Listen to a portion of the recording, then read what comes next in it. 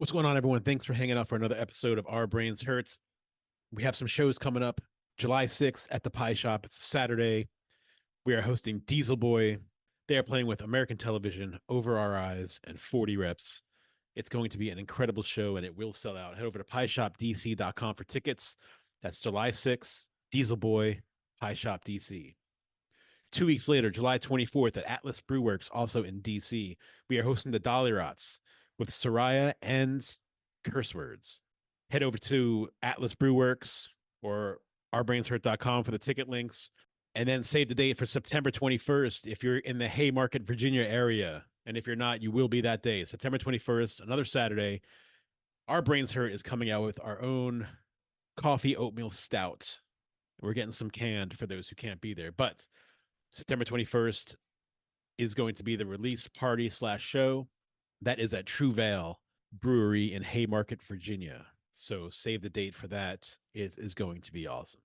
Also, be sure to head over to ourbrainshurt.com and select your all-star punk rock band.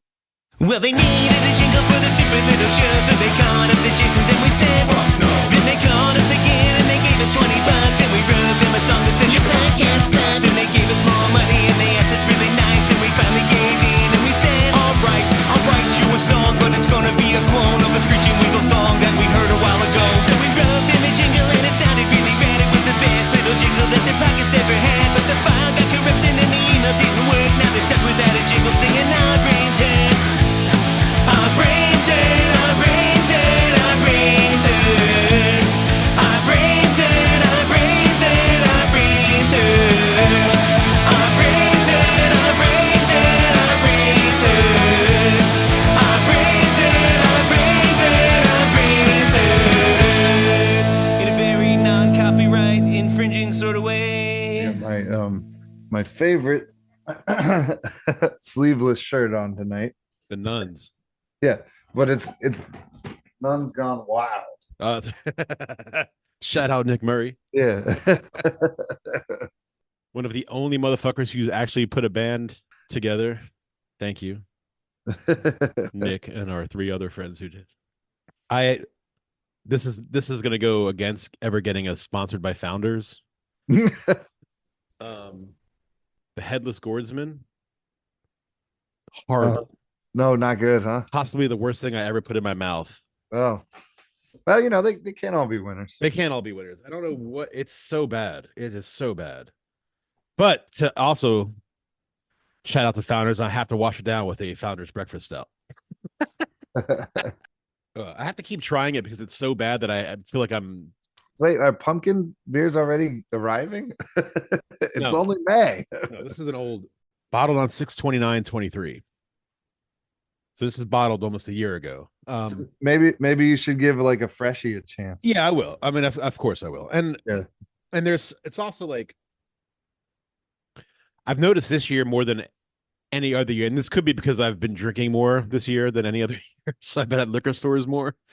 But I've definitely noticed, like I was at a liquor store on the way to band practice on Sunday, and I stopped and there was a case of pumpkin ale from Dogfish. I'm seeing there's a lot of pumpkin beers that are still on shelves from Yeah, I've noticed that too. last There's fall. Yeah. not a ton here, but there is some. Yeah. Yeah. Almost every liquor store I go into, there'll be like at least one. And it's usually I see a lot of Warlock Mm-hmm. and Pumpkin. I think Yeah. maybe they got super popular and people over ordered them, maybe. Oh, And they're for still sure. yeah. That's exactly what I thought. I was like, Yeah. even during the pumpkin beer season, I was like, man, all these stores really went hardcore pumpkin beer. Yeah. Even like grocery stores and stuff went like hardcore. Yeah. We don't have beer in this grocery year, but- stores in the People's Republic of Maryland. But, I mean, whatever. Our hard liquor is state controlled, so mm, what can we Yeah. really say? right. I did, however, right before we went camping for my birthday, get my hands on another bottle of that really, really nice Hendrix that came out. Oh, nice. Oh man, there's not even a question that it's the best gin that I've ever had. Not Nice. yeah, like it's like that good. Like you can just pour it into a glass with ice and sip on it and Nice. just be completely content. It's like its own Yeah. mixed drink, just straight. It's fucking. I don't know. Just Why are 12-ounce cans still a thing? Like, just do 16-ounce can. Like, yeah, I kind of agree. why? Like Yeah, especially in beer. Like, why the fuck would you grab a 12-ounce can if you can grab a tall boys? shotgunning's the only reason I can I think. guess so. Because like shotgun in a 12 ouncer is cool. Shotgun in a 16 ouncer, while cool, Really cool. it's also kind of awkward. Yeah, it straddles that cool / I have a problem line. Dude, I mean, when you get to the world of like shotgun and 16 ounces, you're in this for competition now, you know? yeah, I've never seen anybody shotgun a fucking tall boy. That's Oh, funny. I've done Next time we're at the pie shop, those PBRs, tall boy peepers again, fucking shotgun. it. Tonight we're talking to Daniel James. He's been in the waiting room for a couple minutes. Okay. Yeah, so he's got. Well, we'll talk to him. He'll tell you what he's got. Yeah, so dude, we were just talking about how we had you on. The last time you were on was July 31st, 2022. You've done so since then. You Indonesian Junk is no longer. Correct. Yeah, but you have kind other of. things going on. Yeah, or yeah, kind yeah. of, or yeah. Explain yourself, sir. Well, the Indonesian Junk thing. We were working on our next album, and I think like yeah, Mike and Johnny were just like not really wanting to do it. You know, I think we're just like we've been doing that same band for so long, and like I'm like the main focus or like person in that band, so like everyone's like, oh, well, we want to do other bands and stuff, and so like we kind of broke up. I guess we are, but then I started like working on the solo stuff. But basically, right as I was finishing like getting all the solo stuff mixed, Johnny's like new band kind of fell apart. So he's playing live in the Daniel James Gang. So Cool. and so we're doing like half Indonesian Junk, half Daniel James Gang stuff on the set, which was kind of the plan anyway, because it was like just kind of like complaining about how his new band wasn't working out. And I was like, well, half my set already. So, yeah.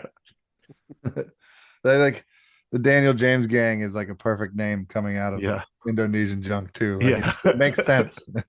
I'd used the name before actually. That I put out 2 7-inches before Indonesian Junk under that name. And then I was just gonna call it Daniel James. And then like my friend Johnny Eggerman, who's in a bunch of cool bands, like his current thing's called Sparrowhawk, but he used to be in like Cozy and the Real Numbers, but he's like, you gotta bring that name back. And so I was like, okay. Yeah. That's awesome. Especially because it was kind of like those 2 singles got put on an Indonesian Junk compilation. So it's like people, like right out of the bat, people know it's like kind of just like the new Indonesian Junk thing. I just didn't want to like, without Johnny and Mike, I didn't want to keep using the name. They even told me they're like, keep using the name, but I was like, that band is the 3 of us at this point, and I don't want to like use that name unless it's the 3 of us. Yeah.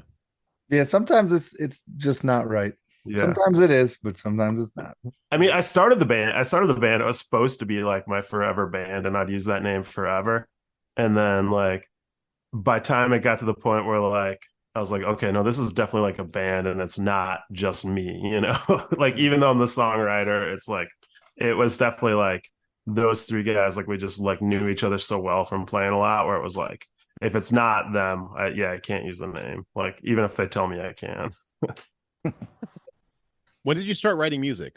How old were you when you started? Oh man, well, pretty much right when I started playing guitar.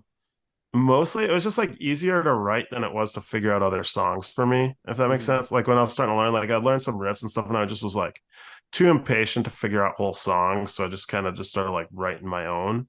So I mean, like I started playing like in junior high, but I writing like really bad songs, but like that.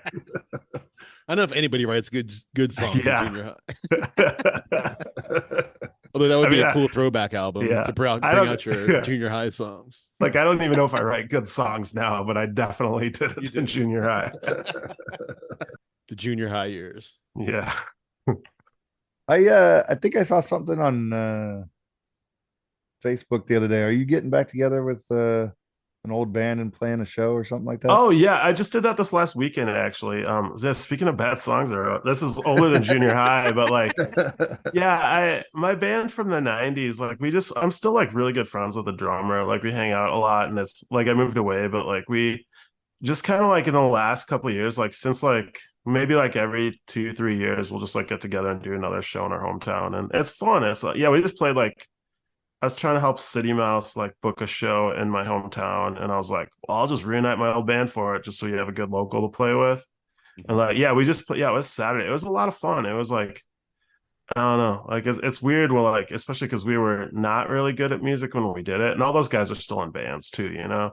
Yeah. So it's like suddenly it's like playing these like bad 90s punk songs that are kind of good. I don't know, they're kind of good, but like being, you know, like with the expertise of adulthood, like shit we wrote when we were like 19 and now we're in our 40s, and it's like, I don't know, it was a lot of fun. Like I had so much fun doing it. Like What did That's cool, what man. did you guys call yourself? I guess Piston Honda. We're called Honda. Piston Honda. Yeah. And it was Nice. like, yeah, kind of, well, yeah, it was my like hometown band, and we moved to Milwaukee, like me and not the drummer that plays with us now. And so we had like a Milwaukee version of the band too, which is where I first started playing with Gorky, who like wound up in like Chinese Telephones and a bunch of other bands with me. Did you ever do that little reunion with Chinese Telephones? Yeah, we just toured. We just yeah, we have a new 7-inch out. Like Nice. Oh, yeah, fuck yeah. Yeah, we were just yeah, we were just out. We didn't count. Oh no, we did. You guys are in DC, right? Yeah. Yeah. Yeah, we just played Slash Run to no No one. shit. Yeah. Are you serious? What? Yeah, How did I Damn it. not see this happening? yeah. Did There was you nobody know- there. It was all right. It was like definitely like the least attended show of tour, but it was also, I think it was a Monday. I can't remember. It was a Sunday or a Monday, so it was. Who'd you there's play no- with? We played with Celebration Summer Oh, and no shit. what's the other band? It was all C bands. It was what? Oh, Chill Parents. Yeah, Chill Parents, Celebration Summer, us, and then we were on tour with Constant Insult from Minneapolis. Yeah, we did like 9 dates with them, and we did a couple more dates with them like back here too. But so it was like I don't know 11 how the total. fuck I missed that. I Yeah. never saw like one little thing for it. Yeah. Shit. I'm bad. I should have like reached out to you guys. Oh, it's whatever. I mean, it's all good. If you ever want to come back and play DC again, hit us Right. up. All right, okay. Get, Yeah. get you in the pie shop or something. Oh yeah, definitely. Yeah. And on a weekend at that. Yeah. Yeah. We only had like we definitely had like 9 days to work with, so we're Yeah. like, but it was, I mean, for a lot. No, actually no, because we played Philly on a Monday, and that was insane. That was I knew it was gonna be crazy when they announced like it was like low ticket warning, only 50 tickets left, and I was like, that's the low ticket warning. like, like shit. Like 50 is like twice what I expect for total capacity usually, you know. Yeah, I was in Milwaukee for the first time in my life last summer. Fucking loved it. Great Yeah. city. What were you doing here? So my wife got me, I think it was for Father's Day, she got me tickets to the it was a Harley Davidson like fest, like 2-day thing or something. Oh yeah. Who like was So that- like Foo Fighters headline one night and Green Day one night, but we're both big fans of Joan Jett and Social I was gonna say Distortion. Joan Jett played that, yeah. Yeah, Oh, Social and- D played that too. I wasn't even sure. Well, I they was were like supposed to play it, but they Okay. backed out because the dude got what's his name, got throat cancer. Like Mike Ness. yeah, Mike Ness. So they backed out after tickets were purchased. I don't know if she would have Yeah. bought them. But Yeah. anyway, we spent a couple days in Milwaukee, and it's such a rad city. Yeah. I know Matt's a huge fan of Milwaukee too. I am. I love Just it. the food is amazing. I'm a huge like sausage and hot dog dude. Yeah. Okay. So, like, Yeah, it's just- I kind of I have a new job now, but I was like working kind of in that area, like over by the Harley Yeah. Museum, like during that fest, and like that whole Oh, okay. town was so nuts. It was those couple crazy. days. I could hear Green Day playing for my work, which was pretty cool. So that's cool. Yeah. Yeah, just the sound of those Harley, because we were in a hotel not too far from the museum, and it was just like 24/7, just Harleys. yeah, And we're not Harley people, we were there for the Yeah. music, but it was still, we went to the museum and we checked out like everything that was going on. But yeah. I Milwaukee's still a have- great city. I've still never been to that museum. That's I've been inside just because like to do stuff, but I've never Yeah. like done the tour or anything. It's But pretty it cool. I was- mean, I'm not a motorcycle dude, like I said, so Yeah. I didn't really appreciate it as much as maybe yeah, somebody who rides would, but it was cool. yeah. It was just kind of funny though, because I do remember like when that got announced, like all these like suburban dudes on the internet are just like oh. Look, you're gonna have this band that hates America play Harley Fest, like just like when did Harley go woke? Like, shit like that. Like, It's weird to go to I rarely go to big shows like that. Yeah. And to be at, like I always say, like the best thing about punk rock is that it's so accessible. You could be Yeah. right against the stage for your favorite band of all time. You can't do that if you're a Taylor Swift fan. Yeah, without either breaking the law or spending Yeah. thousands of dollars. I was just talking about that like the other day. Like the first like concert I ever saw was the Kiss reunion tour in '96, and I was already like 18 by that point. But I'd been to a lot of punk shows at that Mhm. point, so I was like got very spoiled. Where all of a sudden I'm like seeing a band and there's more than 100 people there and like Yeah. I'm like watching them on the screen and these like talented, and I feel like that's how most people like experience live music. And it was just like it was weird because it was like Kiss has been one of my favorite bands my whole life, and I just like didn't really have that good of a time. Like now I can Yeah. appreciate that because I know what I'm getting into. Where like Right. like I've seen Joan Jett, which granted Joan Jett's not playing as big of places as Kiss Right. was on their first Yeah. reunion tour, but like like stuff like that, or like Yeah. I saw Guns N' Roses a while ago, and like Yeah. I like now I know what I'm getting into. Where I'm like, okay, this is fun, but yeah. I Right. definitely got like spoiled as fuck going up. Oh, like, hell yeah. Going up on punk. Yeah. Yeah, when Green Day came on that first, I don't know if it was the first, I think it was the first night. It was just like we were so far away that I was, like you said, I was watching them on the screen because Yeah. I could see people on a stage, but you Yeah. couldn't tell it was who it was. I always watch the screen at what, like, I hate going to big ones, but whenever my friends like drag me to big, huge shows, I'm like, fine, I'll go. I always end up watching the screen. Yeah. Like, I saw Blondie last year, maybe a year or two ago, though, with the Damned. The Damned were not. I mean, the Damned was only Captain. I mean, it was only Dave Vanian, so yeah, it wasn't even Captain. So, but like they were, but like the Blondie, like seeing that, like it was a spectacle and it was awesome. Granted, it wasn't like a stadium or anything, but it was like a pretty big theater, and like. Yeah. Like they definitely had like a huge screen going with like all these like visuals and stuff, and I had the time of my fucking life at that thing. So That's cool. that's Yeah. awesome. Yeah, sometimes it's rad. which is weird because I went for the Damned too. Like the Damned were the reason I bought that ticket, and I was just like, during the Damned, but during Blondie, I was like, holy shit! I was like, I got my $200 worth it for this. Hell yeah. Yeah, we walked and we took a tour of the Paps mansion. Oh yeah, I've never done that either. I've lived here for like over 20 years, and there's a lot of touristy Yeah. shit that I've never done that I've been meaning to do. We just did a lot of things that were like walking distance from the hotel Yeah, that you could only do in Milwaukee. the so. bronze Fonz.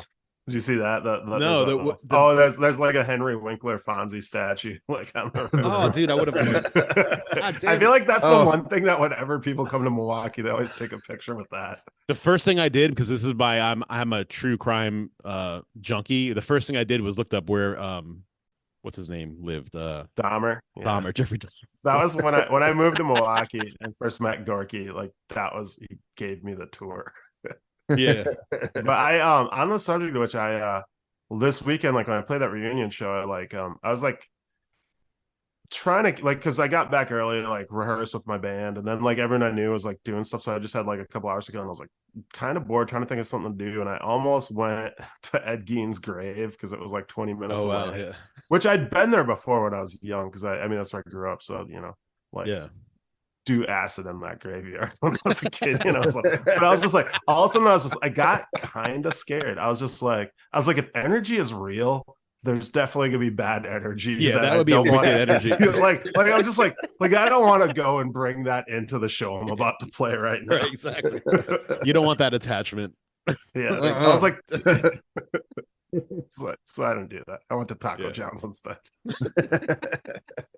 Hey guys, Trev from the Struggling Artist Podcast, and I want to talk to you real quick about Struggling Artist Record Club. The Struggling Artist Record Club is a vinyl record subscription service where I hunt and curate the best punk and punk adjacent music out there and mail their record to your door each and every month. Imagine finding your new favorite band from across the country without ever having to leave the house. It doesn't get much better than that. The excitement of discovering new music just got that much easier. As a member of the Struggling Artist Record Club, you are going to receive some of the best music you've ever heard from bands you may never even heard of. Whether you've been collecting records for years or just starting out, the Struggling Artist Record Club is designed specifically for you. And right now, all new members get a Struggling Artist Record Club exclusive along with the monthly selection. So head to strugglingartistrecordclub.com, pick a membership, and start building that collection today. We'll talk about the recording process and everything with the new Daniel James Gang. Oh yeah, I guess we can talk about music. Yeah, I started, I kind of started well, the plan was to start it like really early. Like when Indonesian Junk first kind of broke up, I was like, okay, if I don't get the ball rolling on this, like it's not going to happen. But then I got caught up in like other projects anyway. But yeah, my Logan, who's the drummer in Chinese Telephones, current drummer, he also plays in Direct Hit, if you're familiar with them, and he's played in a lot of stuff. Yeah, I hit him up right away, and we like kind of worked on a bunch of songs, and we went and recorded them with my at the time roommate. He just bought a house, so now I live alone. We both live alone, but I still call him my roommate, Ian Alvera. Like went and recorded with him in his studio. We just did the drums there, and then I kind of like blew all my recording budget.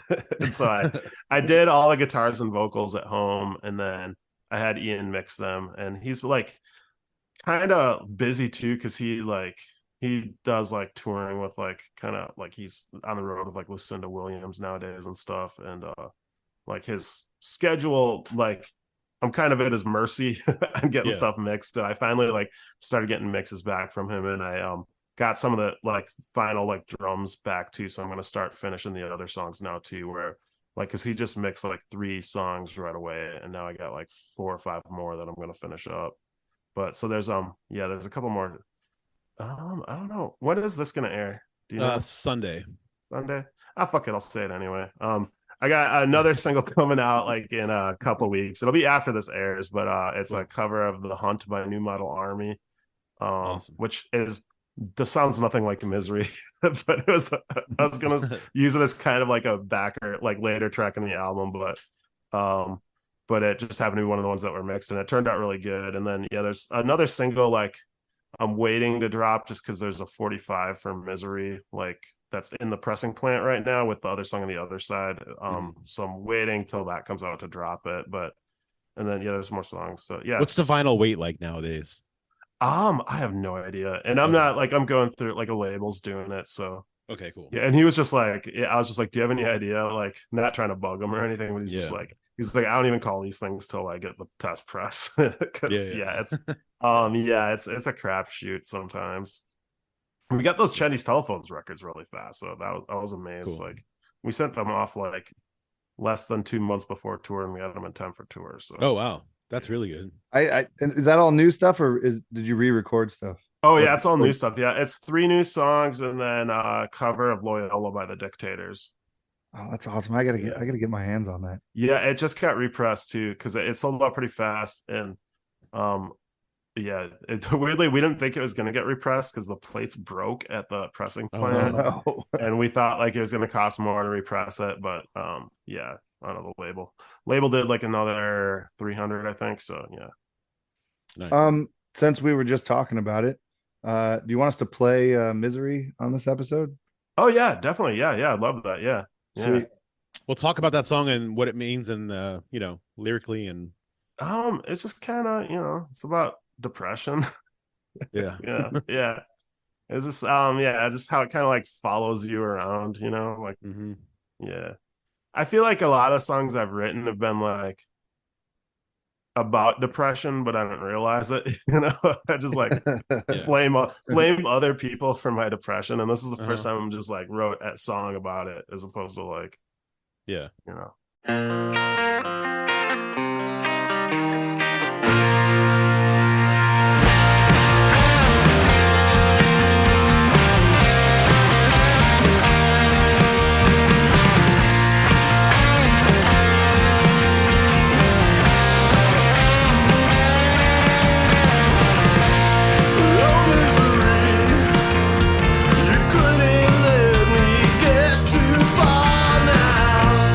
always got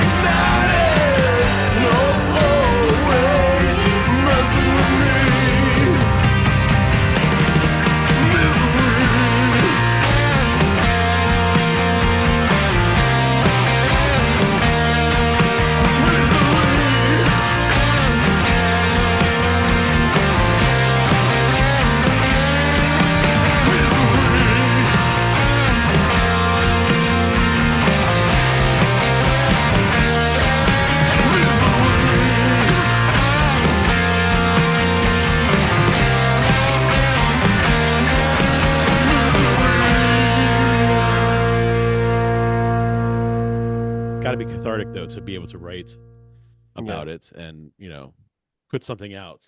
Yeah. I mean, I just Yeah. I was like writing songs too, so it's it just Yeah. starts. So most of the songs just start with me like coming up with like a cool chord progression, and then trying really hard to come up with lyrics, which is like the hardest thing in the world. So when you write music, or do you ever write lyrics first?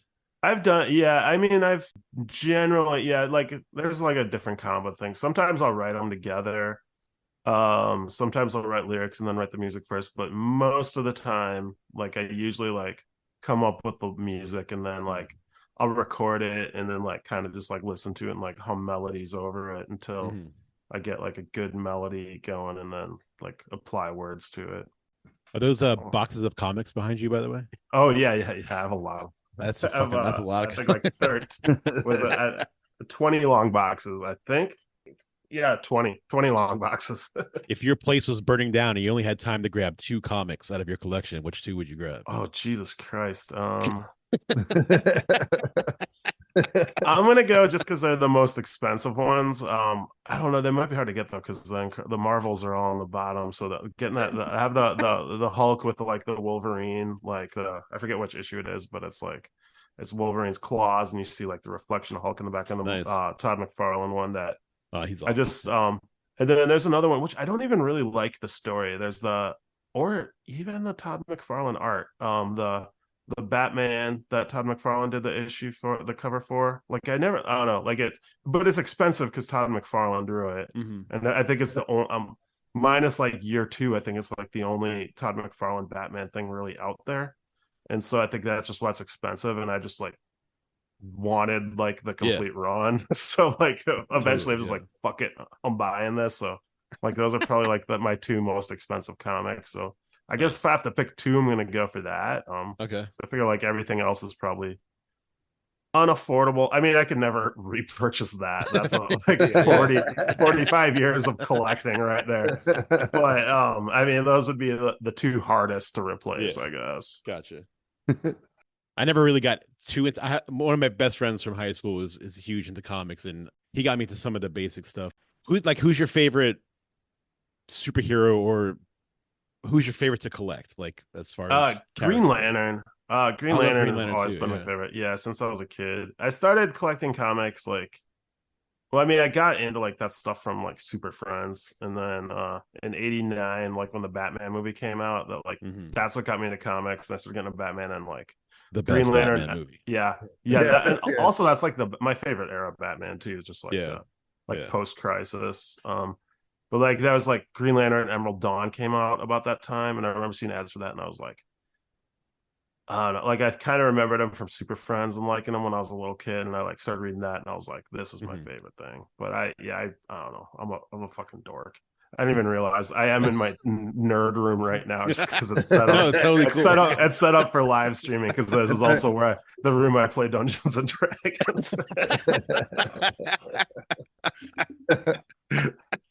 So I'm glad this now isn't, it's officially a nerd room. Yeah. like if you can see the rest of this room, like that's what I did. Like when my roommate moved out, I just was like, I turned his old bedroom into like, it was like a fucking like shrine to virginity. You know? I wish I could have a nerd room. Yeah, my house is too small. Yeah. Who's your favorite Joker of all the Caesar the Romero. big screen? Yeah. Oh yeah. Okay. I guess he counts as big screen because there was the 66 movie. So yeah, he counts as big screen. Yeah. That's my answer. I love Jack Nicholson. I mean, not the golfer. He never played. But I would watch it though. But yeah, Cesar Romero. I mean, that's definitely those shows were fucking awesome. But what about Batman? Your favorite? Are you going man? I mean, same era? Not with I might just go Adam West, which is weird because like the tone of that series is nothing like the comics, but but I don't like I don't like it. I don't know. It's too, like Christian Bale is just too fucking cheesy. Like I love those movies, but he's just like he does that like Batman.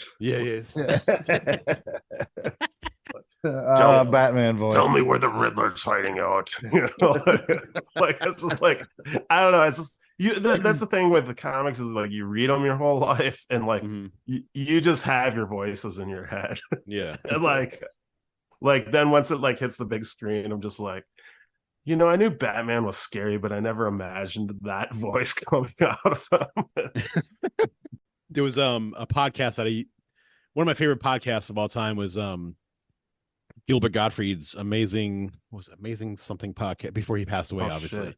I didn't even know he had a podcast. Oh my, it was amazing. I'm sure I'm assuming there's archives of that because yes, I'm gonna find it. Yeah, it's and he had this ongoing thing about Cesar Romero, and in fact he sold, you can get a enamel pin from that podcast, and it's an orange slice, because one of the things that Cesar Romero was into for whatever it was his thing, he liked to throw orange slices on dudes' asses. Like that was kind of his that was his thing. That it was like a Hollywood. It's there's all these Hollywood like rumors. But yeah, so like he would like to hang out with dudes and throw orange slices and have them stick to their ass. That's just an antidote that I remember from his podcast. I was so when you said Cesar Romero, not only did I think yes, best Joker, but that popped in my mind. I mean, why is he the best Joker? The orange slices, obviously. Yep, that's why. Yeah. Yep. Let's solve that one. Yeah. It's like, take that, boy wonder. What is your favorite cereal? Favorite cereal? Yeah. Wow. I used to have an answer for this. We figured I out might just this say- is a super important question. Yeah. I don't really eat cereal much nowadays, so I mean, I might just say Chocula just for the sake of it Yeah, you being can the Chocula. coolest looking. Yeah. Would you say that was your favorite when you left the cereal world? I don't know. I used to really like what would I eat when I used to? I mean, I get a lot of different cereals, so different. I don't know. I always like the novelty ones, even though they're the worst ones. Like like Mr. T cereal, which is the exact same cereal as ET cereal, except like it didn't have the E's in it. Oh man, I remember. Yeah, we were talking about that because in cereal. the 90s they would like cereals would come out for like movies in like the 80s and 90s. Yeah, and it would just be the same shit, just like different shapes. Yeah, and I remember there was like I remember this like comic strip cereal, and it had like a couple different comics on the back, and I remember like it had like Curtis, and I don't even remember, it was like not like popular comics either, but like that was one where like every week it would have like different strips on it though. Oh, nice. Yeah. I don't remember if it was good or not. I just remember.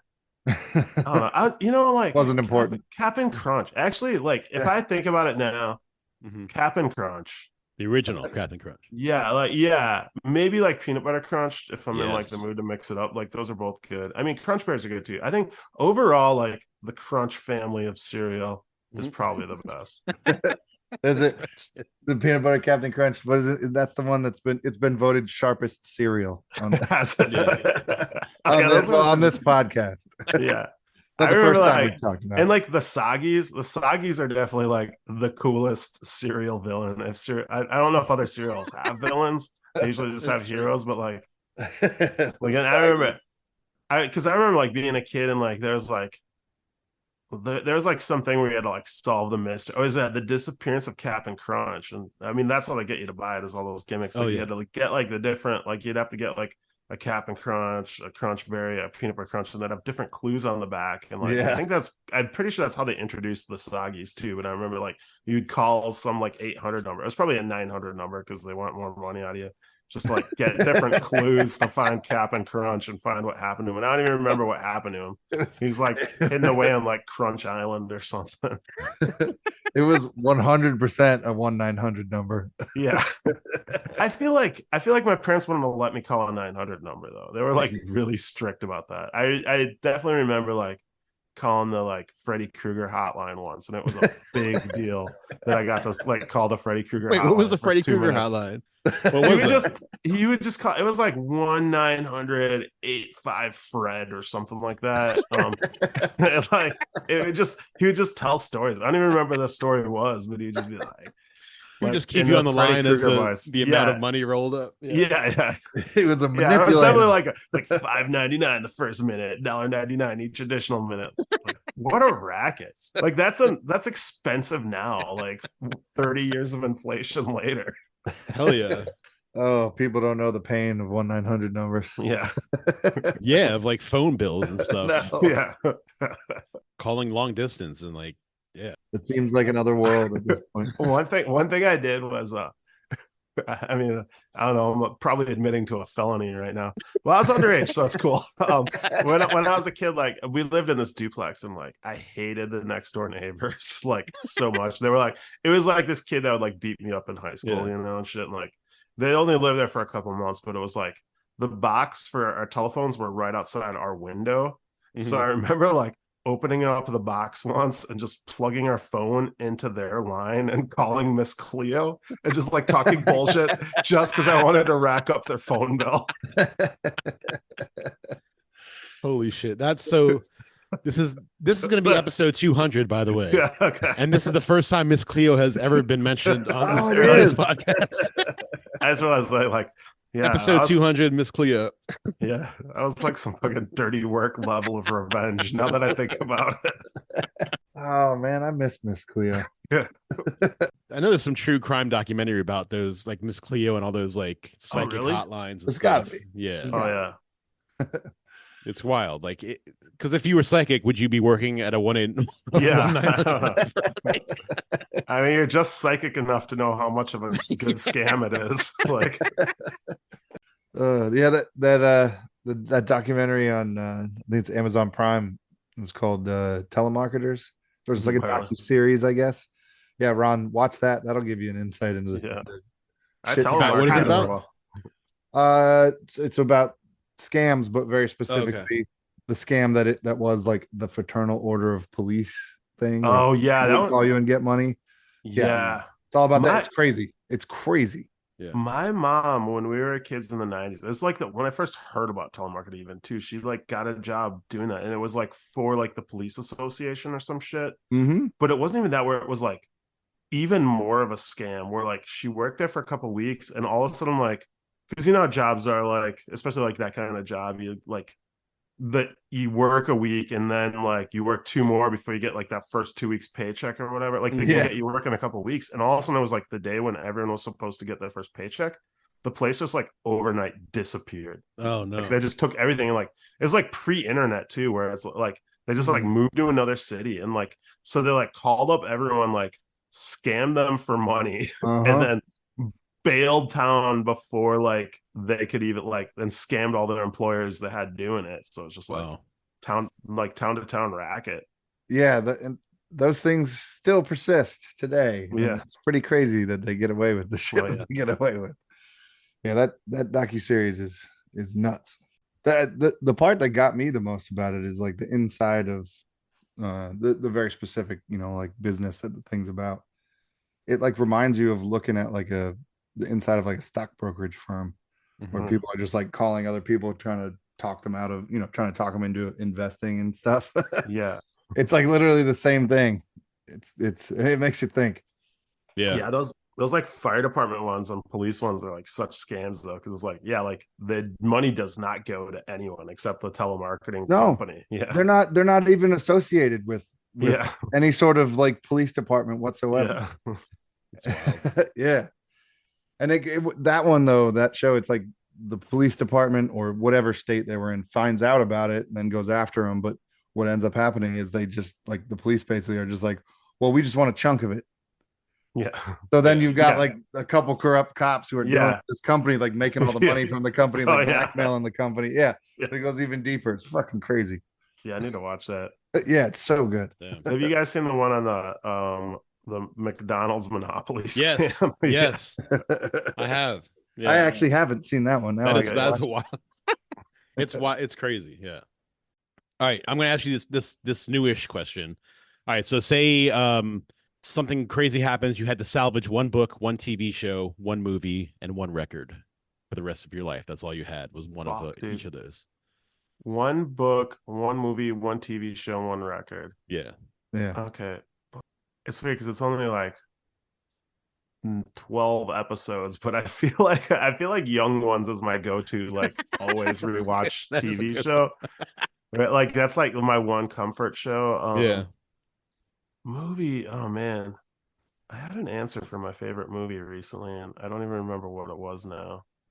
I weirdly don't watch a lot of TV, so it's Same. I'm trying to like I try to. I just like don't have time. That's probably better that way. Yeah. It's good that you're putting in the effort. Yeah. It's about yourself. It's weird. This is the sort of thing where I'm gonna come back and be like, oh yeah, that's what my favorite movie is, but I can't. Maybe Blues Brothers. I don't know. But I also have not watched that in many, many, many years either, though. But like that and like Spinal Tap are like the two that like have the most rewatch value, I think. I don't know. I'm currently reading it, so that's just like my answer. Oh, nice. Yeah. Which I've been reading for a very long time. That is it's like, very long. Yeah. Yeah. It's a great book. You can't see me on it. Yeah. Totally. Yeah. It's very yeah. But I've been reading that since before Christmas. So yeah. So right now I'm just like that's the only book I can think of existing at this point in my life. And then all right, so you got It for book, record. Young Ones for TV show, Blues Brothers for movies. The record's the hardest one. It is the hardest. Like, yeah. Like I wonder, like it's got to be a Ramones record. It's got to be either Rocket to Russia or Road to Ruin. I'm gonna say Rocket to Russia. Okay. Oh man, but the Stones exist. Yeah. Rocket to Russia. It's a good choice. It's a good choice. No, actually, no. I'm gonna go Road to Ruin. Okay. Just because it's varies in style a little, so it's like might give my life with only one record a little more variety. Even though I probably think Rocket to Russia is like more listened to, I think Road to Ruin is going to be my answer. Cool. Would you like us? Would you? We would love to play it like a Chinese telephone song as well, if you're down with that. Yeah. I can. You know what I'll do is I'll send you guys that new EP after this. But Sweet. Oh, cool. There's my favorite song on there is probably Tamping Down My Soul, which is the first song on the second side. Radiana, which is the first track, might be the most popular one. So you guys can play whatever you prefer on there. Okay, cool. Yeah. Sweet. They're all good. I mean, I was gonna be like they're all good, like I'm talking about myself, but I think I don't know, I'm way into all four of those, all four songs on the record, especially the cover. Like that's the only Chinese telephone song where I get to like show off on guitar, you know, because I'm like trying to play like a Ross the Boss part. So not doing all right, don't know if I ever really was. I'm feeling my mind decline, my memories much. Wait from this airport, wait from this airport. Not doing all right, don't know if I ever really was.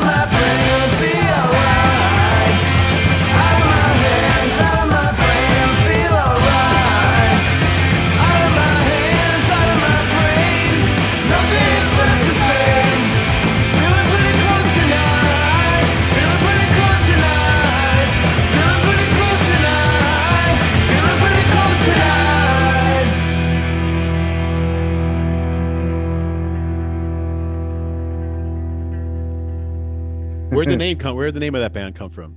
Chinese telephones. Yeah. Justin came up with it. It was like what they called the telephone game when he was a kid, like in Iowa. He's from Iowa. Okay. So yeah, and then Oh, yeah. just What is yeah, the I think telephone game? What is that? it's like where you have like 4 to 6 people or something. It was like a kids game where you like whisper something in someone's ear, and then they'd whisper it in the next person's ear, like do it till it like gets to the end. So and then then- it's like then like Okay. you know, and then it'll be like something totally different. Everyone I knew in Minneapolis like really liked Chinese telephones when I was like listing off the That's names cool. we had, Yeah. and I came back and I was like, that's one everyone likes, so that's what we went with. Awesome. Well, let everybody know where they could find you on the internet. Yeah, I have links to like all my stuff on danieljamesgang.com, which is, as I mentioned, is an old band name, so it's kind of been my like go-to like tagline forever. So and it has links to all that. I'm gonna like another new band called World in Action too, that's more anarcho-punk stuff. That so like there's links to that and like my artwork and crap on there. So yeah. Cool, man. Well, thanks a lot for doing this again. I Yeah, really yeah, appreciate yeah. it. Yeah. All right, yeah. Thanks for having me. Yeah, Talk next about time you come that. to see, let us know. Okay, Yeah. I will. Yeah. Also, Yeah. I meant to get back to the cereal thing. Do you remember a zine called Tight Pants? Oh, I wish. but I wish I It remember. was it was like early 2000s. My old roommate Maddie did it, who was like one of the first place I lived at in Milwaukee with like NATO Coles and stuff, and she lived there. She did a zine. She wrote for Razorcake for a while too. And, oh, nice. now she does like legitimate journalism. But she had this zine called Tight Pants, and she brought it into Razorcake too, where like her thing was she always like she was way into cereal, and she would Nice. always compare records to cereal. Yes. And, like, That's awesome. yeah, like and it was Lucky Charms. Like it was like you know, if it was like Exploding Hearts or something, it'd be Lucky Charms. You know, like that was like Yeah. the number one thing. Like I think she quit doing it before Exploding Hearts, but like yeah, it was like yeah. Oh, If it now was I'm- like yeah, like the Groovy Ghoulies would have been Lucky Charms. You know? That's awesome. Yeah. See, we're gonna have to have her on now, an episode. Yeah, to yeah, talk about yeah. cereal. Yeah, she does a really good podcast called In the Dark nowadays. Too, All right, cool. which, I'll check that yeah, it's out. like a true crime podcast yeah. for like cool. through Oh, yeah. public radio. Yeah, it's cool. Yeah, I don't know. I recommend it. Sweet. Ron Right. loves true crime, so you know he's Oh, yeah, gonna I'm be in. that Yeah. one. Yeah, I watched it for like I was watching like 8 hours today of just like I just had it on TV. I was like, I need to watch like Bob's Yeah. Burgers or something just to like, Yeah. get my mind off of like death and creepy. I went through earlier this year I was watching like it was called like something like Living with a Monster or something. I was like way into shows about like Mhm. people that lived with serial killers and didn't know Yeah. it, like their families and stuff. And I was like after a while I was like, okay, I can't watch this anymore. Yeah. Yeah, imagine finding out your husband is BTK. Like Jesus, Yeah. Christ, I can't even. It's so creepy. You're like That's sleeping insane. next to him, and Yeah. that's wild. I think at some point, some of these people's spouses like have to like understand that there's Yeah. something not right, and they're Well- just like lying to themselves and in denial. Well, there's something I have kind of to. realized with the shows because there's so many people that are always like, oh, I never knew. Like you hear that sort of lot, but I realized like watching these shows, I'm like, everyone knew, like they didn't know that, but they were just like everyone like Yeah. acts like, oh yeah, serial killers are like the nicest person to you, but like their families are just like being tortured, you know, like these Yeah, guys are yeah. just like And, like- abusive husbands, abusive Totally. fathers, Yeah. like just short tempered as fuck. Like maybe Yeah. they like put on a show for the neighbors, but like Right. yeah, their families like lived through hell.